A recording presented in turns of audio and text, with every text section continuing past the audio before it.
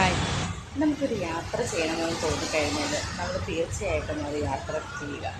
ഈ യാത്ര എന്നല്ല, എന്ത് കാര്യമാണോ ചെയ്യണമെന്ന് നമ്മളോട് ഉൾമനസ്സ് പറയുന്നത്, അല്ലെങ്കിൽ നമുക്ക് ചെയ്യണമെന്ന് ആഗ്രഹം തോന്നുന്നത്, അത് നമ്മൾ ചെയ്യുക. നമ്മൾ വേറൊരാളെയും ഡിപ്പെൻഡ് ചെയ്യേണ്ട ആവശ്യമില്ല.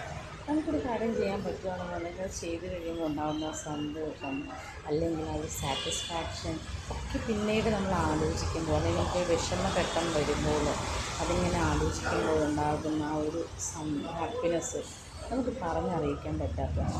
അപ്പം ഞാനത് പറയുമ്പോൾ നിങ്ങൾക്കത് എന്താണെന്ന് മനസ്സിലാവില്ല. നിങ്ങളുടെ ഏറ്റവും ആഗ്രഹമുള്ള ഒരു കാര്യം നിങ്ങൾക്ക് ചെയ്യാൻ പറ്റില്ല എന്ന് നിങ്ങൾ കളഞ്ഞിരിക്കുന്ന ഒരു കാര്യത്തിനെ നിങ്ങൾ ചെയ്യുക.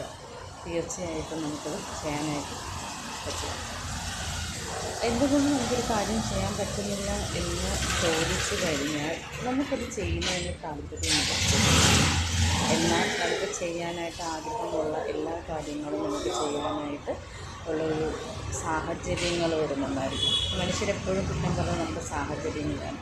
ഈ സാഹചര്യങ്ങളെ നമ്മളാണ് സൃഷ്ടിക്കുന്നത്.